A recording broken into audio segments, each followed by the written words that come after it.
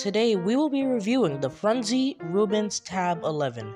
No, I was not sent this because I bought this because the reviews seemed very positive and it seemed legit. Also, it was $202, so let's hope this thing is actually good. I struggled to get it open, but eventually I saw what was in store, so I got a cleaning cloth, gloves, and a drawing glove, a thank you card, and an instruction manual that I'll probably never read, a charger, USB-C obviously, a charging brick, and an extra battery, more on that later, a black case with a kickstand that you can also adjust the tilt of, a battery-powered stylus, and finally the tablet, which was way larger than I thought. Here I am, just unwrapping everything else. The tablet was a bit hard to get into the case, but I eventually got it in.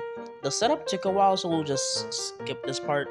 The tablet said it was Android 11, but it updated to Android 12 right out of the box. It came pre-installed with Sketchbook Autodesk, but I ignored that and downloaded FlipaClip and IBIS Paint X instead, because I like those apps better.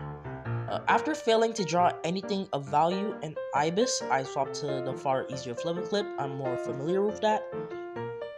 The tablet also had screen recording, which made getting footage easier instead of relying on FlipaClip's janky time-lapse. Here I am testing the pen pressure and line straightness, both of which seem fine. The pen does have a battery in the back, making it a bit top-heavy, but it's nothing I can't get used to. It also uses a quadruple A battery. These things aren't very common, but it came with a spare. With an actual stylus, FlipaClip offers some nice features. For example, I can rest my hand on the screen when I switch settings to draw only with stylus input. It's basically like palm rejection. It can also show me a hover preview, basically a dot of whatever color the pen tool is on before your stylus touches the screen. I had some issues with the stylus though. When I was making an animation and tried to quickly scroll through the audio, it would glitch out. It would occasionally not respond for a couple seconds, but besides that, the drawing experience was great. I liked the pen pressure a lot since it meant I wouldn't need to constantly change the pen size. Since this tablet runs on Android, it means it can be used for so much more than art. You can read ebooks easily, you could watch YouTube or movies, browse social media. With the stylus, you could even take notes, and since it has pogo pins at the bottom, I'm pretty sure in theory, don't quote me on this, you could get a generic keyboard from Amazon to attach to it too. So far, the UI has been very smooth and not laggy at all, unlike some Android phones. But let's talk specs. The model that I bought was a 10-inch screen, has a 64 gigabytes and 4 gigabytes of RAM. Around 8 gigabytes of that is for the operating system, and you can store up to 120 gigabytes of micro SD. I find this to be perfect because my Google Photo storage is nearly full, literally 69%, and keeping animations on the device helps free up some space. Although, one major con about this tablet out of everything is that they decided to cheap out on the camera. The front and the back camera are absolute fucking garbage.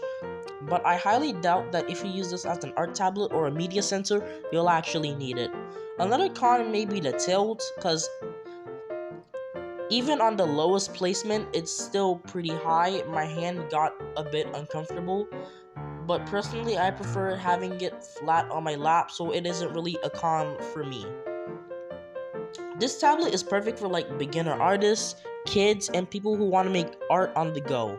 However, if you like a bigger size screen, there's this other tablet company called a Symboson Picasso, which is essentially the same tablet just sold under a different brand name for some reason. And you can get them over there with bigger sizes. I have to say this though, you shouldn't restrict yourself to iPads and Androids for art. If you really want to start up on like PC with all these other good drawing programs and animation programs, right? XP Pen, I noticed on Amazon, makes screen tablets around the same price, $200 to $300. The only con is that it needs to be hooked up to a PC to actually work, and some of the models need a power source.